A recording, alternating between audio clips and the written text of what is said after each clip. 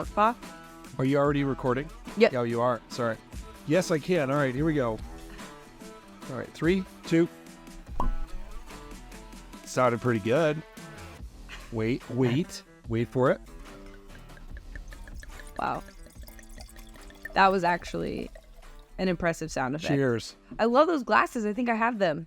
Thank you very much. I don't know about you.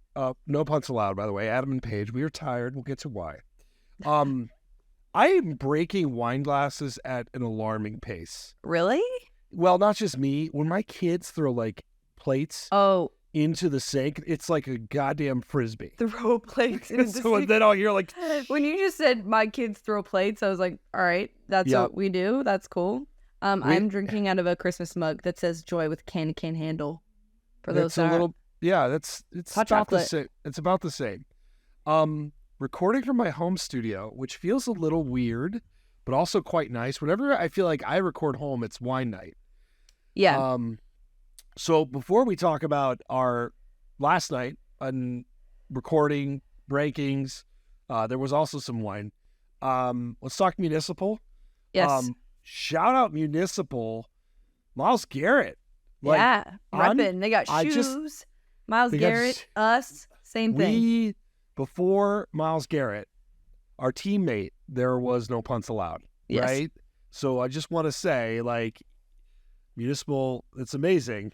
Like, watching Miles Garrett on TV yesterday, we're like, oh my God, there he is, repping the brand. So you can rep the brand like us or Miles Garrett, whoever, you want to rep brand-wise. Probably Municipal.com, probably us. No punts 20. Does he have a discount code? Maybe not. Probably. Maybe not. I want him to go on like whatever he was on, like Coward or what show, and just like, by the way, Colin, real quick. No punts. What's his number? He's so good, by the way. That's a great ambassador. Garrett 20. He's so good. That's like a perfect ambassador. Badass, interesting, awesome at football, probably going to win defensive MVP. Teammate. Okay, so we are coming in hot. We were recording. No, it's the same day. That's right. So we're recording same day. Same day. Still come out Friday. Still going to come out Friday. Oh, that's right. We're all thrown up. So we were in New York.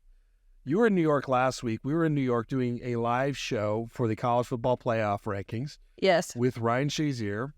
A, it was a lot of fun. B, it was nice to actually connect in person, which you don't get to do all that much. Yes.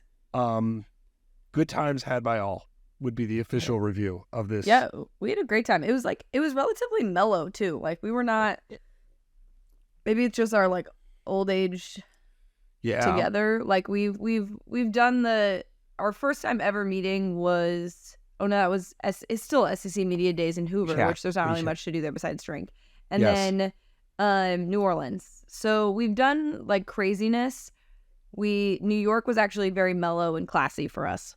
The Jets didn't help, if I'm being honest. Like, I wanted to get weird. I wanted to be loud. I wanted to be obnoxious. That was so funny. Okay, we have to tell that story, though. So we both flew in, and we got in, like, Monday afternoon. But by the time we got to our hotel, it was evening. And I was starving. My Uber ride from the airport made me physically sick. I was like, I gotta eat because I did not feel good. I felt nauseous. It was rough. And you were debating whether or not to go to the game because it was in New Jersey. But we decided, ultimately, smart choice, sleep was needed to prep for our big day. Great choice. We got to dinner. We go to a place that I've been to before. I was like, Kramer, this place is good. It's kind of nicer. Good cocktails. Good espresso martini. You had the wine. Very good.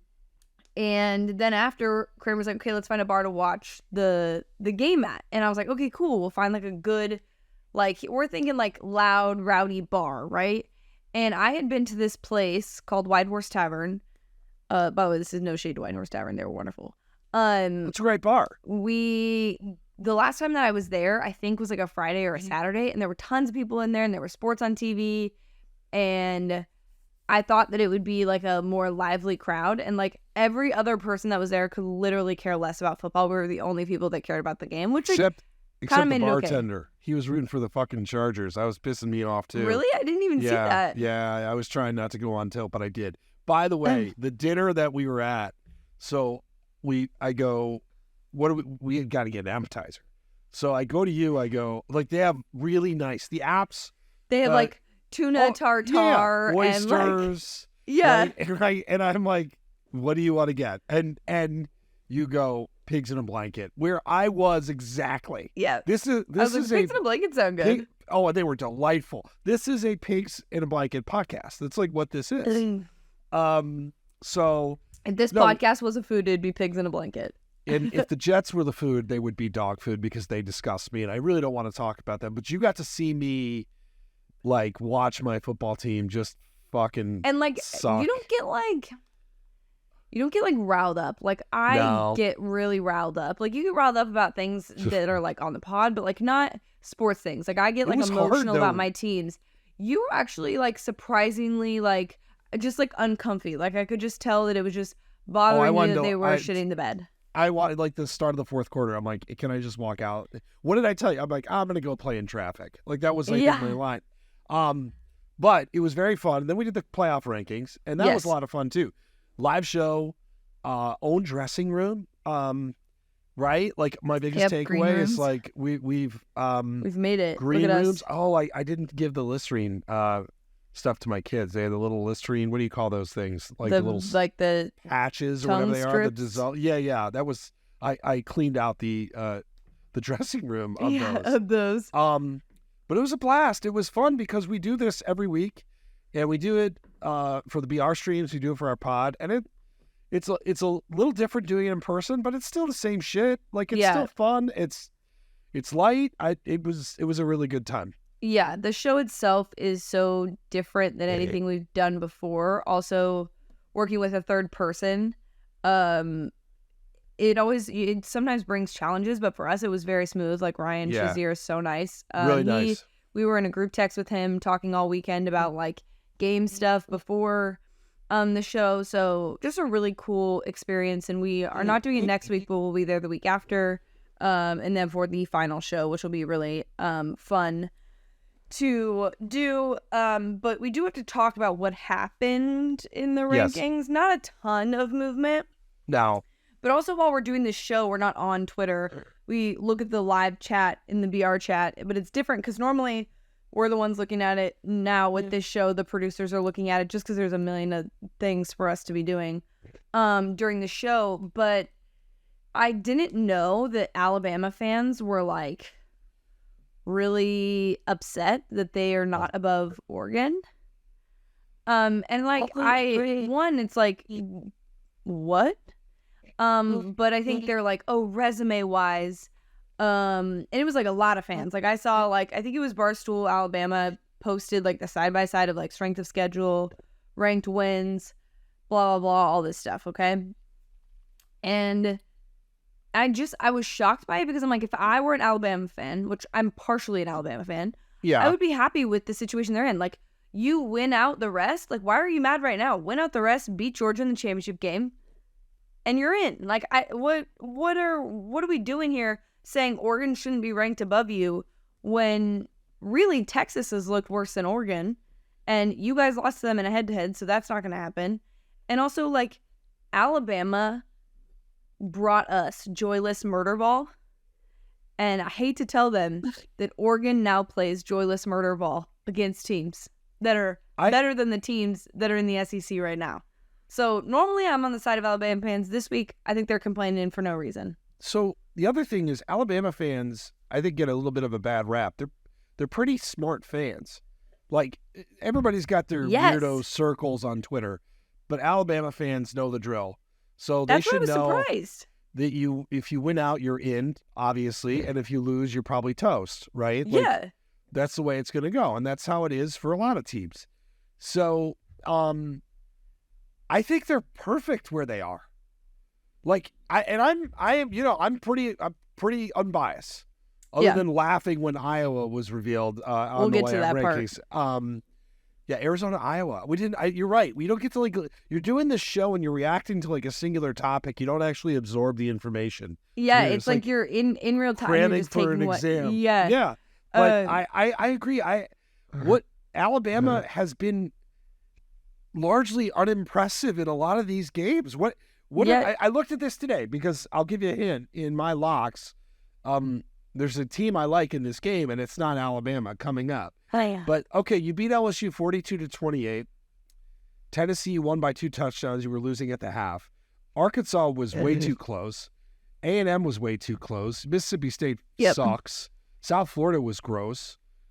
I get it. Yeah. I guess the Ole Miss win and Tennessee. I mean, the resume is pretty good. Resume-wise, I get it, but the resume is not your only thing that you're looking at here in terms of like strength of schedule and just wins in general. You're looking at how you beat those teams and all of that, which honestly, there's 2 teams that I think should actually be pissed about their rankings, and it's Washington and Penn State. I think those 2 teams have kind of gotten hosed in the sense of like, all right, Penn State's only losses to the number 1 team in the country. What are we doing here? Yeah, they had a scare, but like before that, they were beating teams by quite a bit. Like it's, yep, I know, but their resume kind of sucks. But again, I know.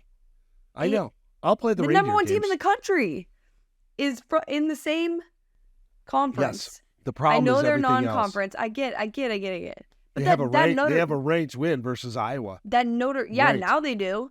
Notre Dame though, that looks like such a terrible loss, it doesn't look like a good win anymore. I was listening to, what was I listening to? I was on the plane. I was listening to something, and they were talking about. I don't know what it was, man. It's been a long day. But they were talking about what we were talking about on the show, which I can't get over, which is strength of schedule. Mm-hmm. And I think it's an impossible task for the committee because we talked about it on the show and we didn't really answer the question. What do you take from Ohio State's win over Notre Dame? It was a close win. It was an ugly game. Notre Dame, like, really fucked up the back half of that, lost. Ohio State wins. They win a really good game. Notre Dame now is kind of like not the same team. They're ranked, but it's not as good. So how do you treat that?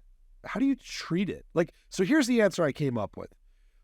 You can kind of appreciate that win for what it was at the time, but you have to take inventory that maybe Notre Dame is not as good as you thought. Mm-hmm.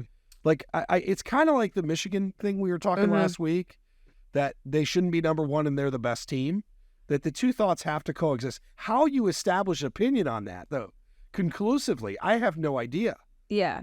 Right? I thought it was interesting that Alabama fans chose Oregon of all teams to go at. That's not the team I'd go at right now. Exactly. That's not. I'm just. Like, it's weird. It's very Alabama strange. Would not go. I don't think that game would go well now. I don't think it would go well. I don't know what the point spread would be. It'd probably be like Oregon -3 or something like that. It would be close. Yeah. Actually, I saw some early point spreads. I'll pull those up because I was thinking about that on the plane too. Even Ryan on the show was like, I love Ohio State. I love Georgia. I love Michigan. I would not want to play Oregon right now. If Oregon gets into the playoff, like, they could seriously be national champions. So it's not just us that are saying it. It's not just us. Was there anything else? I guess Iowa. Iowa and Arizona are both ranked, which if you would have said to me, hey, Paige, Iowa and Arizona are both going to be... Did I say Oregon? No, I said Arizona. Okay. That would have been weird. If you'd have told me Iowa and Arizona were ranked at any point this year at the same time, I probably would have bet that didn't happen. I have 3. We're jumping in at a time that we shouldn't, but that's very me because the brain is scattered. I've got 3 look-ahead point spreads for you from FanDuel. Okay. I've got Georgia, Tennessee. It's at Tennessee. I've got Oregon State, Oregon, and I've got Ohio State, Michigan. It's been a while since we've done this reindeer game. Yeah. Would you like to do a little guess the spread? I would love to. Okay, great. Perfect. So Georgia, Tennessee, that is the following week. So not this weekend, but the next weekend. That is at Tennessee, correct? It's at Tennessee. I think you're gonna be right around this one. I think this is a 12.5. 8.5. 8.5. Wow, surprising. Okay. Oregon State at Oregon.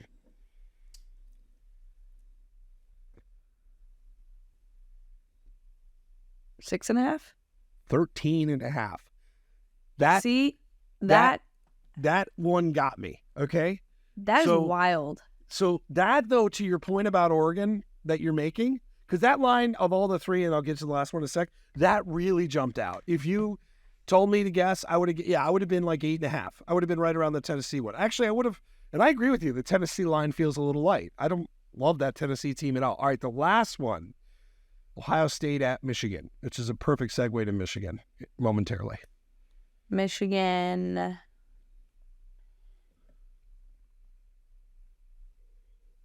Is it 6? It is 6. Fucking well done. It's because people don't think that Ohio State offense makes them nervous, which is fine, but they still believe it'll be a relatively close game because it's a rivalry game. At Michigan, I don't think that's a really good spot for Ohio State, but who knows? All right, let's talk Michigan. Jesus. I gotta tell you today, I'm glad that my Wi-Fi on the plane was spotty because I would have tweeted all day long about how annoying this is. I'm done. I'm over it. Can't do it anymore. That's your take? Just the over it? Call it a wash. Like everybody, like I know that they broke a specific rule, but basically it's the same information. But I also don't think it's the same. I just don't care enough. I don't think this is enough to suspend people and ruin whole seasons. Like, this is what we do. You know what? You fired me up. Here we go. Yep. This is what we do in college sports. Okay? We have someone break a rule. We overreact, punish them to the harshest extent, and then in a year or two, or I don't know, how many years was that? 15 years? 15 years later, we make a rule that's okay. So basically it's like NIL where, we couldn't pay players before. Now, totally fine to pay players. Obviously there's other things, but we punish people where we're taking away Heisman trophies. Now we're going to punish Michigan because they're doing something that everybody else is doing, although it's not the same. It's not the same, okay? But it's still broken NCAA rule, okay? So we're going to punish them to the extreme, and then years from now, people are going to be like, that was kind of an overreaction. Now we have speakers and helmets, and it doesn't matter. But people are always sharing information on teams, so it doesn't matter.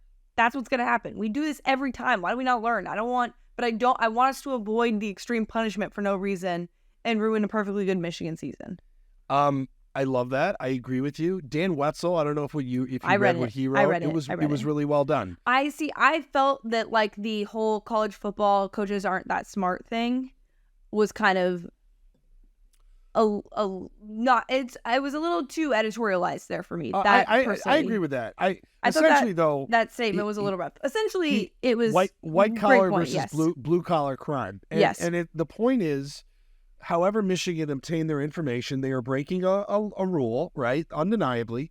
Did Harbaugh know is a very big point in this. And then the other part of this now is that Ohio State and others funneling information, signs, sharing signs with Purdue that they accessed legally. That feels like a lot of college football bullshit. All of that feels like a lot of bullshit. It is. And here's the part, though. The Big Ten is really fucking this up. The Big Ten is really screwing this up. You have a commissioner in his first year who wants to act, and you're playing this out in the open really poorly. Michigan is doing a very good job of dragging this into the mud, by the way. I don't know if people want to hear that. This is brilliant by Michigan because Harbaugh is going to be suspended. But I believe that this is not reporting. This is a hunch. By the time that people listen to this, I think Harbaugh will have been suspended. And then a legal case is going to follow. But Michigan is this a legal case? Why is it like we are talking about football? Like I don't understand. Like understand. Well, that's exactly it. That is the Michigan argument too. There's like weird things. And here I understand like them making the playoff makes like money. I get all of that stuff. But I don't think that the NCAA has like a new president too, so they're also botching this and they want to take their time. Like, I just don't think we should be wasting our time on this in terms of like people. I mean, it's so juicy though. The stuff with Ryan Day's family, like it's so juicy. That's why it is. But like, his family's getting death threats now because of this. This is excessive. That's not. You just mean the report, the rumor that it was his brother-in-law. When it's not. Fucking great. They have said death threats. Anti-death threats. By the way, we still don't know who this private investigator was. It's so. This is football. This is football we were talking about. Pete Thamel, who's with ESPN, has been Urban's buddy forever. He's Ryan Day's buddy, right? He's had access to that program forever. This morning he tweeted about this, and I read the replies, and I needed a fucking hazmat suit. They were, oh my God. I mean, Michigan fans are unhinged. I agree with everything you're saying, but it is delightful content. I'm not sick of it. Oh, God, I'm ready for it to be love over. this shit. I love this shit. You know why? You want to know why I hate this? Because it gives me vibes of the FBI being like, we've got this big sting and this legal thing that we're going to do where that's illegal. I knew this. Yes. Yes. But sure enough, I'm still waiting for the tapes, FBI. Hey, thanks. It's just, that actually had laws broken in it. Okay. Some of it. But like why are college sports like this? Like what? I don't know. It just, because it's a corrupt way to even do stuff with like amateurism and things like that. Honestly, let's call it spade a spade. It's a sham. The whole thing's a sham. But the Big Ten, our sham though. It's our sham, and that's why we love it, because we're at peace with. We know we're hypocrites, and we know it's a sham, but it's our flawed sham. And the backdrop of all of this is that these two teams, Ohio State and Michigan, are going to play each other in a couple of weeks. Oh my God! This game, they might be 1 versus 2. This is going to be the most insane football game. Like, I know there's rivalry games that have been intense. I feel like this game is actually going to be like a little scary to watch, because it's just going to be like emotions are going to be so high. And especially, I mean, also if Harbaugh gets suspended, they're going to pull out their free Harbaugh shirts again.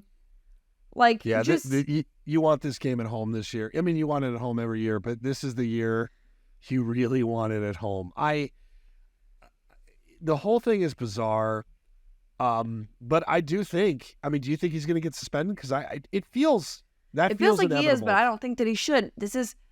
What are we doing? Why are we like? I'm the biggest person. Like probably last week on the show, I was probably like, yeah, you know what? He should get in trouble for this, because according to the NCAA, a head coach is liable for the stuff that goes on in his program. Like that was a rule made to basically protect people who work for these coaches that get fired for things that maybe aren't their fault, which we can also discuss about another school, USC. We do need to touch on that.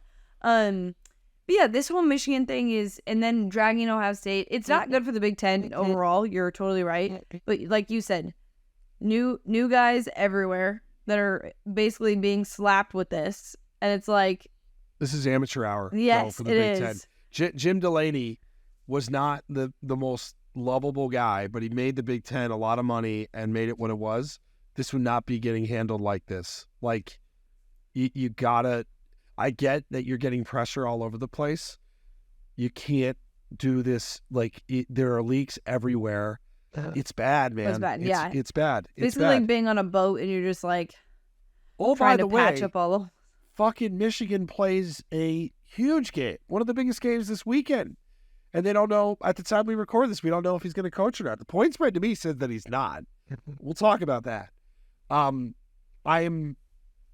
The story has so much depth though, and thus far, it's not like the level of serious scandal that we've seen in college football. No, it's not. It's delightful.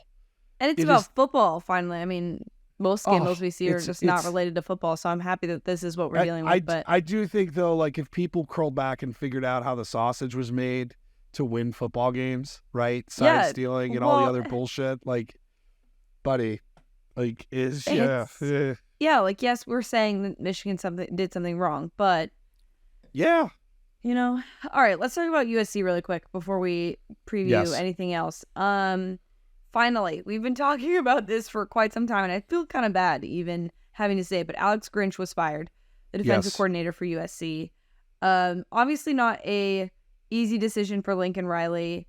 No. There was probably a decent amount of pressure for this to happen for some time now. I don't think it was just, hey, after that game, against Washington, we need to do something. This was very much like and also I feel bad because it doesn't fall solely on him. I think that's what I was alluding to with the, fall guys for stuff. Like, I don't think this falls squarely on his shoulders, but yeah, I'm glad that USC is actually making a change to at least see what can be fixed and maybe salvage some this season. But I also like thinking about it. Like, I saw Caleb crying. Like, how do you salvage this season for USC? Like, the expectation was playoff. Like, now it's like you may not make the Pac-12 championship. Like, how do you get your guys to not make this go really, really bad? We talked about this with Oklahoma yesterday on the show, but I didn't get a chance to ask about USC too. Can we not show kids crying on camera for an extended period of time? Like, I get that it's kind of interesting, but like, we tend to do this, and I just don't love it. Like, yeah, those are that wasn't happy. Those weren't happy tears. No, Jeez, I again, it's been a long couple days. This move should have been made in the off season. Does it change anything with USC? I don't know, maybe a little bit. I think this team, the core foundation of this team, this is like Oklahoma, except this is like a not as good version of Oklahoma, and I think it's going to take. People forget. Heading into last year, like this was a program that was really not good. They were not recruiting that well. They were really struggling. They found great wideouts, and they found Caleb, and they were able to kind of piece together it for 3 months, and then it kind of came undone. Yeah. So like I didn't love this team. I've missed on some teams this year. This is one I didn't miss on.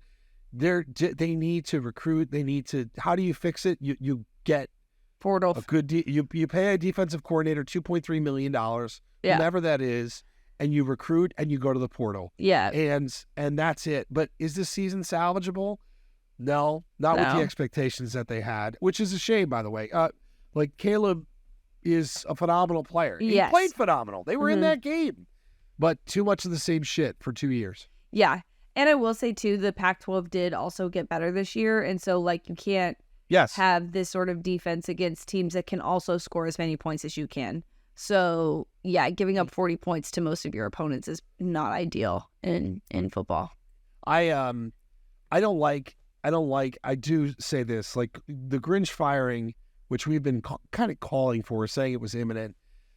I still hate this time of year. Like, we have to say, like, yes, this is the right move. And then I think of, like, you don't get a lot of, like, fanfare when you're making the kind of money that he is. Guy uprooted his family from Oklahoma, moved to California. 2 years later, it's like, boom, less than 2 years, right? Well, and it's like Lincoln Riley is like his friend. Like, they're like friends. This is agreed. He didn't want to do this. That was the report I saw. He really did not want to have to make this call.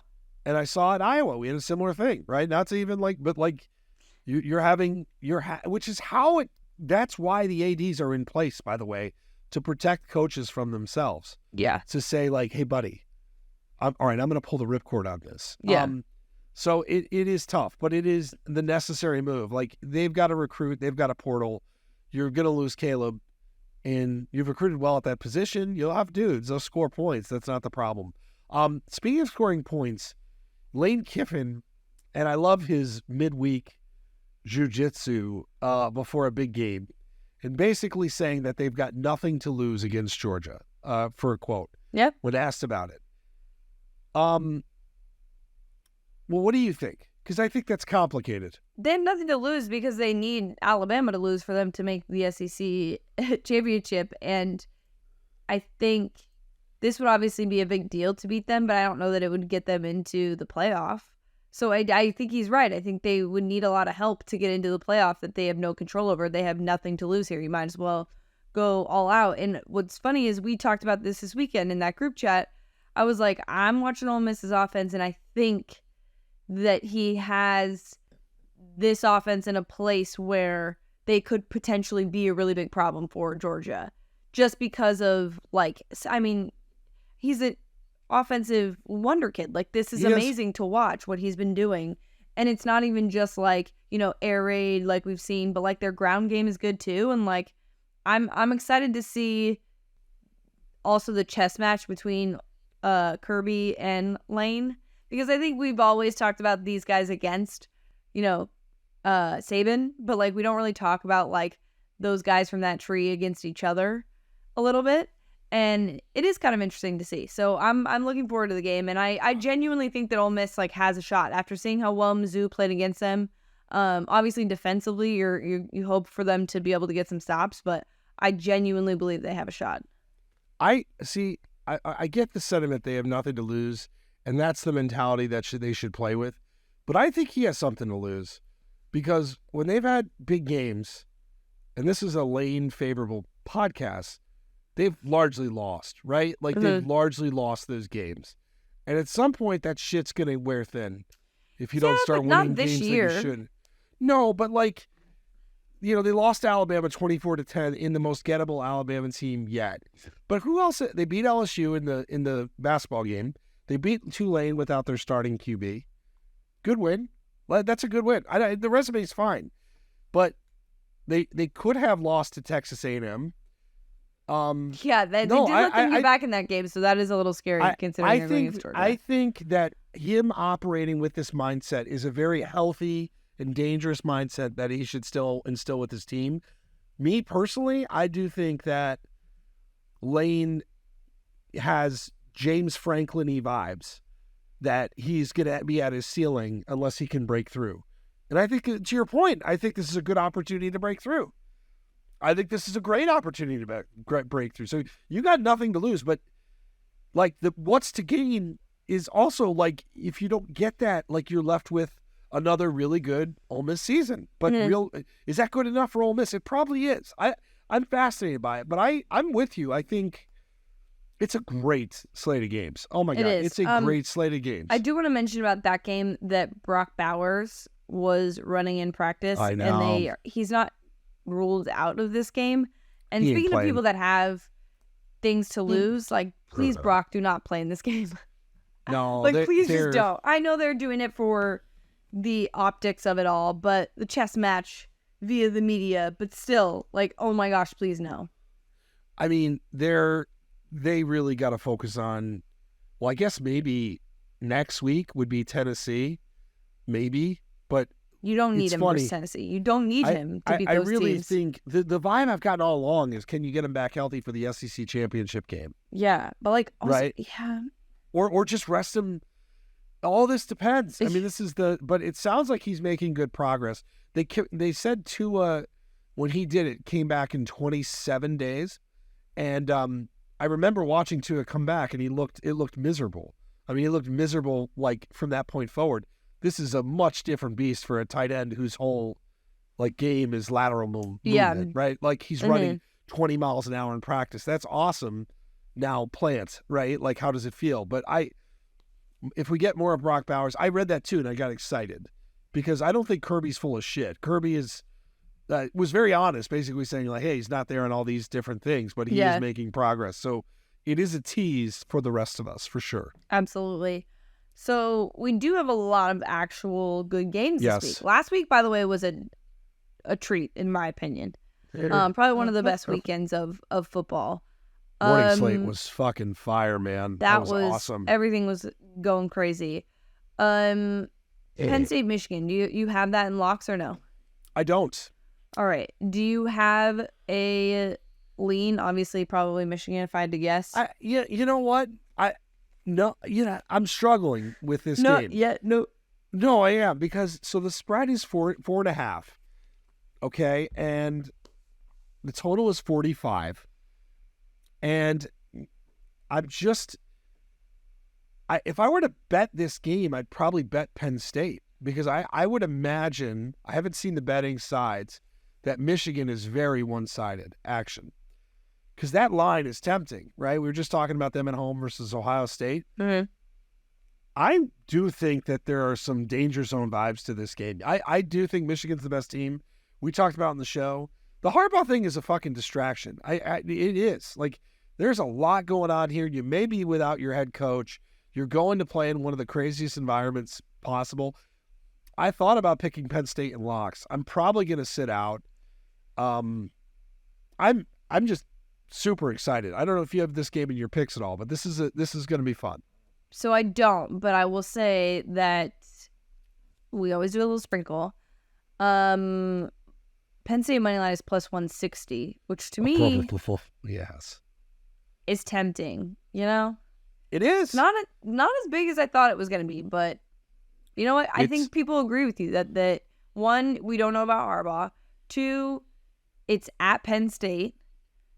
Three, the whole Harbaugh thing is a distraction. And this team is very good, but we've also seen that like teams are beatable this year. Teams we thought Georgia was still, you know, a juggernaut that can't be touched. So I'm looking for it. I saw some earlier of some of the most lopsided bets of the week, like what was being bet. Oh,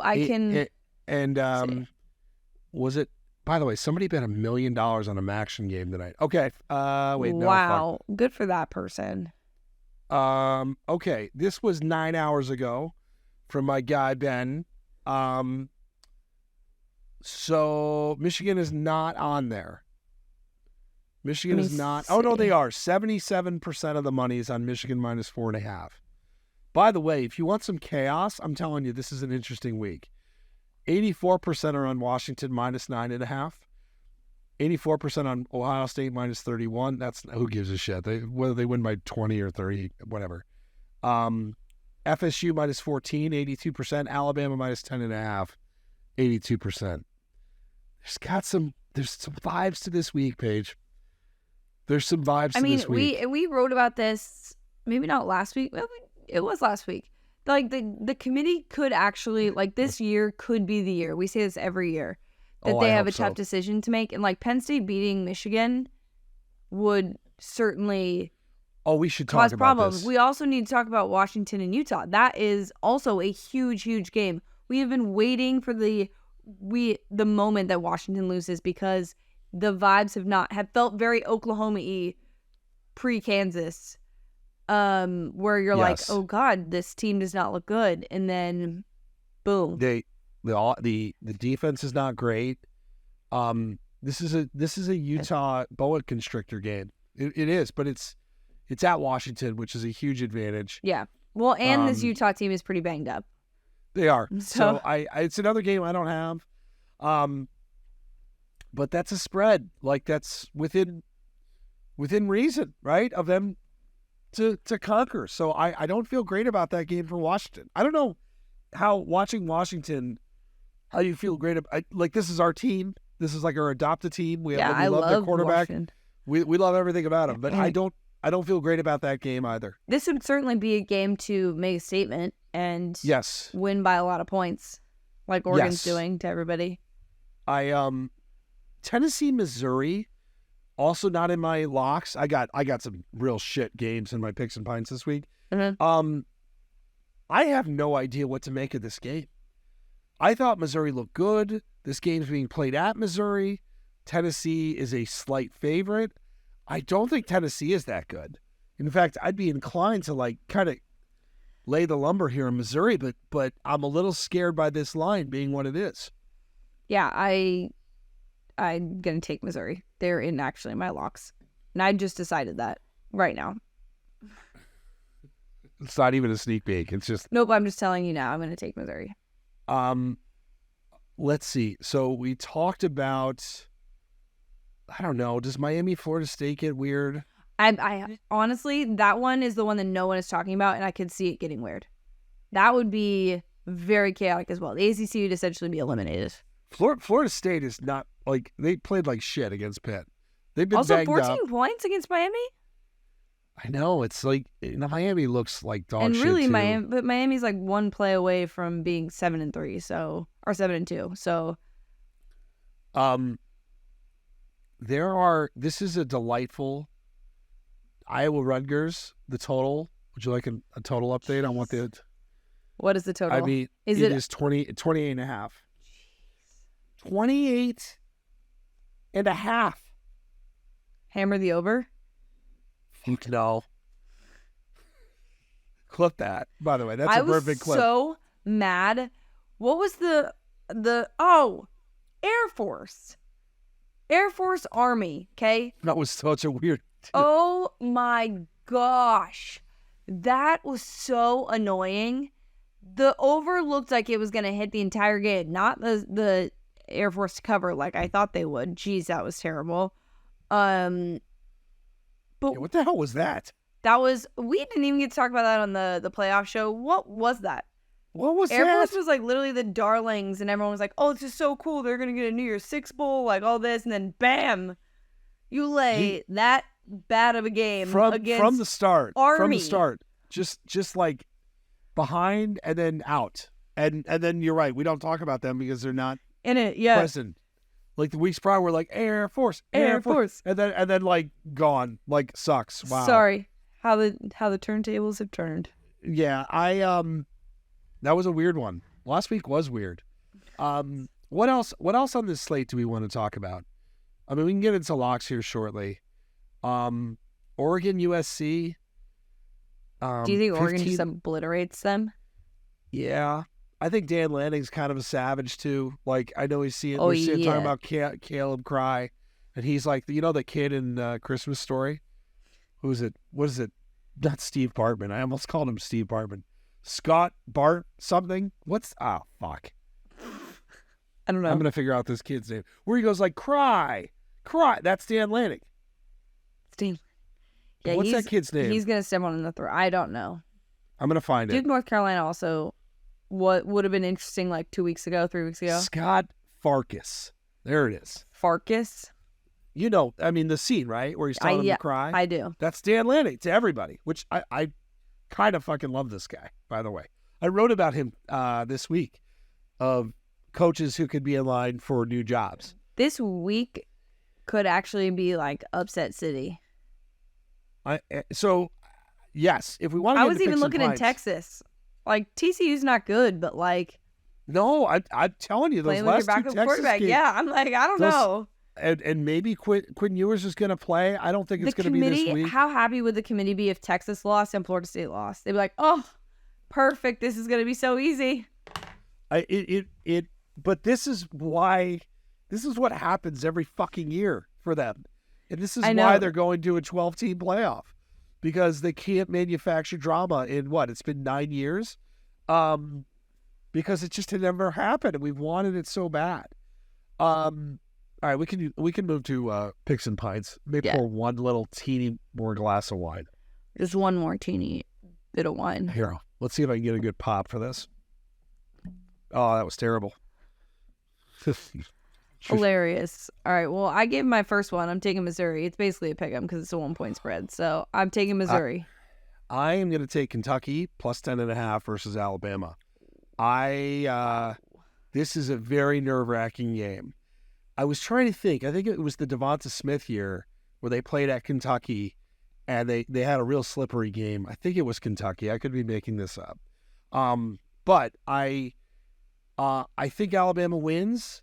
But when you look at Arkansas and A&M, South Florida, like, I don't think Alabama's problems all of a sudden just go away. This is like a sleepy, not a sleepy arena, but it's a place where Kentucky, because they're well coached, can keep this game close enough and give Alabama a little bit of a scare. Alabama wins, but I think it's pretty tight. Okay. I'm also going to go with give them a little scare, but I think it's going to be tighter than what the points are. So I'm going to take Utah to cover the 9.5 versus Washington. I like that. God, that's gonna be so interesting. I think the most fucked up spread of the week is UCF plus 2.5 versus Oklahoma State. This has just been staring at me all week, and I'm doing it. And Oklahoma State let down. This is a football hangover week for me. So I just think UCF. This line has just been speaking to me all week. Oklahoma State let down. Steve, lost to South Alabama still, right? They're a lot better. I don't think, maybe we're overrating them a bit, although, God, Ollie Garden is so good. I love watching this guy play. One of my favorite players in college football. How does Oklahoma State produce, like, the coolest running backs? Like, out of nowhere. Like, Chuba, like, all of a sudden, these guys just become, like, these awesome bona fide stars, which I do love, but I am fading them this week. Staying in the Pac-12, I'm going to do Oregon State, Stanford, under 54.5. And you know that I don't take unders, but... I know. I like it. but I'm doing it. I'm going to stay in the Big 12. Oklahoma minus 12.5 versus West Virginia. So they're at home. West Virginia's got some juice this year, right? Trying to keep Neil Brown his job, and I think they're going to do so. But Oklahoma at home, their season's kind of in turmoil, but they're going to be pissed off, and I don't think West Virginia's defense is very good. Hey. That was actually a surprising pick from you. I don't know why, but... I know. These other ones get a little bad. It's not great. I'm going to get a little bad right now. I am going to take TCU plus 10 versus Texas. I like that. I feel like it's stupid. I feel like they're going to get blown out, but Texas has played a lot of games close and they don't have Quinn. I don't know. I'm just taking the plus 10. I've got some sicko games in my not featured portion of blocks. Illinois minus 6.5 versus Indiana.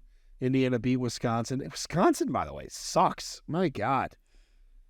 They suck. Talking about a miss. I thought they were going to be good. Illinois, also not good. I just looked at the picture I picked for locks, and it's like Brett Bielema hugging his guys. It's like the most hopeful picture ever. It's just a big hug from Brett Bielema. Illinois minus 6.5 is the. I've got one more. Okay, I am gonna take. This is bad gambling advice. Never bet on a team that you lost on last week and do the opposite. But here I am. I'm gonna take Air Force Hawaii under 47. No, it's not bad gambling advice. I do it a lot. I'm gonna pivot. Realized.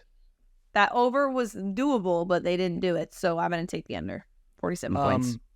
2 unders. I have an over to end. I got Cal Washington State over 58.5. Okay. Cal's got the number 130 ranked scoring defense. I think Washington State. What the fuck happened to them, by the way? Jesus. God, they were on fire. You just can never recover. No, they've lost to everybody. They've lost to good teams. They've lost to bad teams. They've lost to everybody. Neighbor Jason just texted me, by the way, asking if I went Maryland minus 1.5 this week against Nebraska. I finally won picking on or against Nebraska. It has legitimately, I think, been 2 years. I picked Michigan State. I wasn't proud of it. That game was grotesque, right? Yeah. But Nebraska has probably, I'll have to do some looking back. There's a couple of teams. I don't know if you have this teams that you've bet on. TCU has cost me a lot of money over the years. Not even national championship. TCU, that made me money. There's certain teams I think that have really, West Virginia's cost me a lot of money. I'm trying to think. I know there is one, but I can't think of it right now. Clemson back in the day was a team that I couldn't win betting on or against. And there's teams that I've done well on, like East Carolina. I don't know. It's just worked out. This year I have a couple teams that have torched me. Middle Tennessee, you're a degenerate when you're agonizing over Middle Tennessee's performance. They're in locks again this week. I'm betting them. So there's just certain teams. Nebraska has gotten me plenty. I got them one time. It won't last. I will get got again. I'm going to bet Nebraska against Iowa. Gonna get got heavily. That's going to be a heavy bet. Okay. All right. Random shit. What do we got? Anything? I'm trying to think. Anything New York wise? If we left out any content from New York. There was a lot. The iPad. So we'll go in. So we're sitting on couches. The studio's amazing. Actually, the BR office. And by the way, it is a makeshift studio that they threw up to do this show, so it's amazing. Until our real one is established, and we moved into a new office. What's funny, the other part of this that was fun, right? So, our makeup artist, Woody, yes, was my makeup artist when I was doing this 7 years ago. Mm-hmm. So there was a little bit of nostalgia, old school, yes, BR. Oh, that was great. I really enjoyed that. But in the studio, there's, I don't know what size that TV is, 95 inches, but I got TV envy.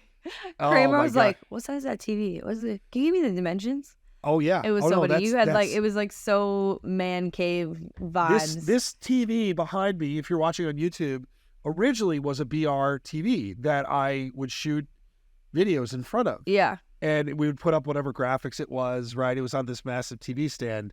And it's finally aging. It was funny walking in there. People were like, "Do you still have it?" I'm like, "Oh yeah, I still have it." But no, it was great. It was amazing. It was really fun. One funny thing I will say is both Kramer and I, we got pizza last night because we're like, we just need to eat. We're hungry. I was very, very tired. And it's probably the most tired you've seen me, I think. Actually, no, national championship day in New Orleans, probably. But that was different genre. Yeah, different genre of tired. We were sitting eating pizza, and the whole place was out of napkins except for the one dispenser that Kramer had grabbed and set on our table. Yeah. And you also put the peppers on our table. So literally everybody in this like tiny pizza place kept coming over to our table to get napkins and pepper. And like then they put it back on our table. Not like it wasn't like it was like ours. And we were like, no, everyone take it. But the best part was we're sitting there and then like 4 NYPD cops come in. Yes. And like you and I both kind of like looked at each other like, is something going on in here that aggressively? Like, they all just like, you know, when you see like a cop who's just like walking somewhere, usually they give you like a like, hey, it's this, I'm just coming in here to eat. And that's what they were doing. But for like a split second, I thought there was something going on in this pizza place because you and I both kind of looked at each other like, what? Too. Yeah, it was so tiny. And then like all these cops come in, we're like, and sure enough, they were just enjoying some pizza. So, by the way, that red pepper, I did accidentally open the wrong side of the red pepper and dump like a fucking... I took a picture of it, actually. A spoon's worth more. No, I took a picture of our pizza, but I was trying to get it without like being mean and being like, I cannot believe you poured that. I had a couple of those moments. Yeah. I also, for everyone who's wondering, yes, I do have pictures of Adam getting his makeup done. So those will be like a random pod post at some point. You know, I like wearing makeup. I don't like taking it off, but I like wearing makeup. Like it makes me want to do it for the pod. Like, even the pics where I was like, yeah. Like, yeah, you know. Yeah. Well, and also they keep that studio at like 64 degrees. Oh, it was which so is, perfect. It was everything because we're not sweating because we're both sweaty people. Yes. I loved the makeup that I got done, and what's so funny is I look like this podcast is very casual. Sometimes I'm very done up. Sometimes I look like I look right now because I took a flight this morning, got up at 5 o'clock in the morning, so I'm a little sleepy. But. Yeah, that having your makeup professionally done and not having to worry about it, let me tell you, that's a vibe. Shout out Woody. Shout out Woody. That was awesome. So we'll be back in a couple of weeks. Doing that show, most likely. Yes. Doing the show. We'll be back next week with this podcast again because you're welcome. Let's see, what else? Is there any other random shit? I get to drink and watch football this weekend without working. I am working, but I'm really hoping to write early because there's UFC on. And spoiler, you're writing early. I Michigan or Penn State, like do something amazing. Yeah. No, but we haven't had many of these. So Madison Square Garden, pay-per-view UFC, plus some late night college football. Oh, and an F1 race in Vegas. Well, that's what, the following week? I think it's following. Yes, the 18th. You're right. Which we are going to talk about next week because I have more thoughts. You have takes. But I am. I think the Yellowhammers are coming back out. I haven't made them yet this season. I'm gonna. But the trick with the Yellowhammer, you get them done early. You let them marinate a little bit, and then I got to get done writing though because Yellowhammers and writing are not a successful combination of things. Yellowhammers just. But we will get the Yellowhammers flowing as long as something meaningful. What is the late night slate? Let's see. So you get to actually, USC Oregon starts at fucking 9:30 my time. Oh, that's beautiful. Right? What else is out there? Friday night, Arizona plays Duke in basketball. Just heads up. That's Friday night? Mm-hmm. There's not a spread yet, is there? Oh, of course there is. Early. Is there? Seems a little early. San Jose State, Fresno State at 9:30 too. Iowa State, BYU starts at 9:15. Kind of odd. Oh, buddy. Fire. North Carolina minus 14.5. Arizona Duke. What are you looking at? All right. The spread is 5. Duke by 5? Duke by 5. It's at Duke. What do you think? Well, I know what you think. You know I know betting against my team. Come on. Go Cats. Go Cats. So, all right. I'll say we'll be back on the rails next week, but we know that's bullshit. Game day upsets for Municipal we'll be doing on Saturday. Lots of good options. This is a juicy week. I'm calling chaos. I want to see chaos. I do too. That's what I want. I'm ready for it. So we need to rest up. For Paige, I am Adam. Cheers. Oh, I almost knocked my mic over. You could have broken that glass doing that. That would have been so funny.